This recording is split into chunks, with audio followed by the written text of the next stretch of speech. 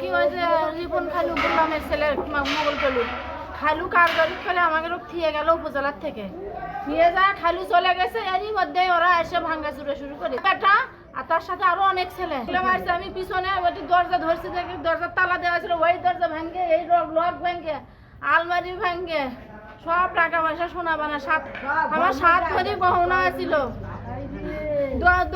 10 লক্ষ টাকা ছিল।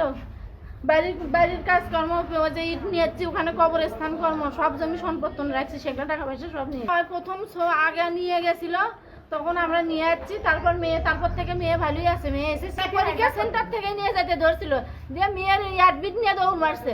তারপরে আমরা মেয়েকে উপজেলাত নিয়েছি, নিয়ে এসে তারপরে খালু আমাকে কাগজ করে বাড়িতে রেখে গেল। আমরা দুপুর 2:30-এর দিকে একটা সংবাদ পাই যে ফাঁসিতলা সাবরিগঞ্জ ফাঁসিতলায় একজনের বাড়িতে একদল দুর্বৃত্ত গিয়ে হামলা করেছে এবং সেই বাড়ি থেকে একজন এসএসসি পরীক্ষার্থী মিম নামে একটা মেয়েকে তারা অপহরণ করে নিয়ে যাচ্ছে।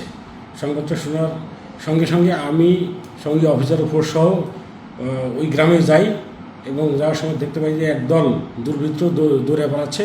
আমি তাদেরকে পিছু ধাওয়া করি, কিন্তু আসলে আখ ক্ষেতের ভিতর দিয়ে তারা চলে যাওয়ায় তাদেরকে তাৎক্ষণিকভাবে ধরতে পারিনি। এরপরে আমি আরও অতিরিক্ত ফোর্স নিয়ে এসে সেই গ্রাম সহ আক্ষেত পুরোটাই ঘিরে ফেলে সারাশি অভিযানের মাধ্যমে পুরোটা এলাকা তছনছ করে আমরা তল্লাশি করার এক পর্যায়ে আক্ষেতের পাশে একটা টিন শেড একটা ঘরের মধ্যে থেকে এই ভিকটিমকে আমি পাই এবং এই ঘটনার সঙ্গে সংশ্লিষ্ট মূল যে আসামি সঞ্চয়কে আটক করতে সক্ষম হই। অপরাপর যারা ছিল তারা ওই নদীর ধার দিয়ে দৌড়িয়ে পালিয়ে যায়। আমরা অনেকেই শনাক্ত করতে সক্ষম হয়েছি।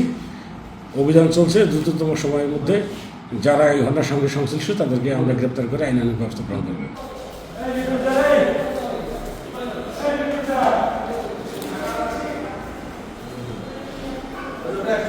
আমার মেয়ে এসএসসি পরীক্ষার্থী, তাকে পরীক্ষা দিতে নিয়ে যাচ্ছি, সেখানে হামলা করার পর আমার খালি ফোন দিচ্ছি, দেওয়ার পর আমাদের বাইক পৌঁছে দেওয়ার পর 10-15 মিনিট পরেই ওরা আমার বাড়ি ঘেরাও করে রামদাও চাইনিজ কুড়াল নিয়ে আমাদের মারধর করছে।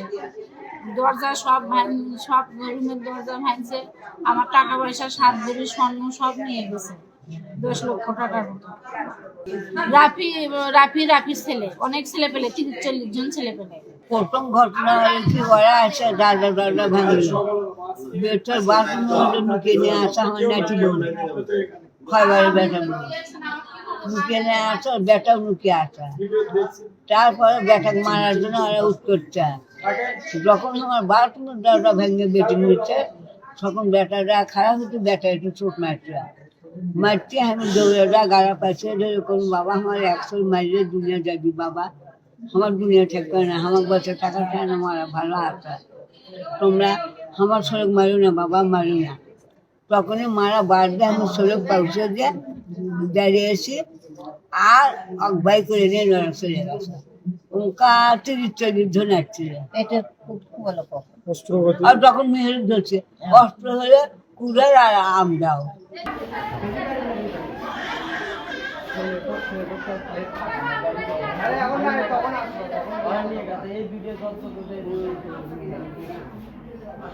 খাওয়া দাওয়া